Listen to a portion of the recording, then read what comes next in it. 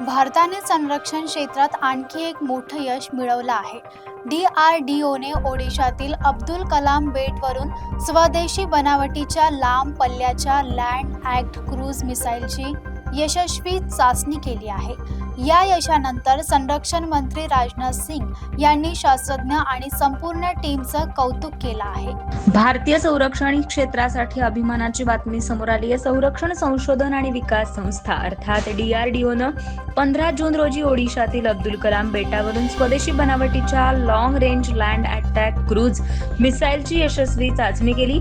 ही क्षेपणास्त्र प्रणाली लांब अंतरावरील लक्ष्य चूकपणे भेदण्यास सक्षम असल्याची माहिती सूत्रांनी दिली आहे. या यशामुळे भारताच्या संरक्षण क्षमतेत मोठी वाढ होणार असल्याचं मानलं जात आहे. दरम्यान संरक्षण मंत्री राजनाथ सिंह यांनी DRDOच्या शास्त्रज्ञांचं आणि संपूर्ण टीमचं कौतुक करत ही भारतासाठी अभिमानाची बाब असल्याचं म्हटलंय.